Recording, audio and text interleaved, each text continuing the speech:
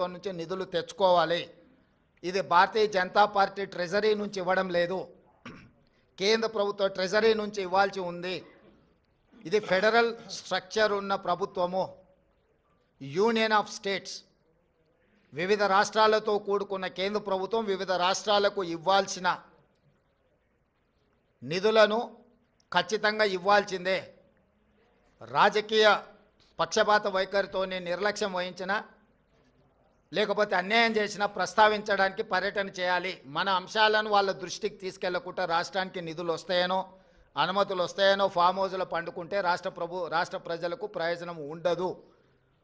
అందుకే ఎన్నిసార్లైనా వెళ్తాము ఢిల్లీకి,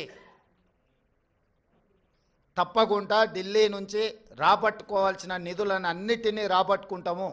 అప్పుడే తెలంగాణ రాష్ట్రం అభివృద్ధి జరుగుతుంది. తెలంగాణ రాష్ట్ర హక్కులను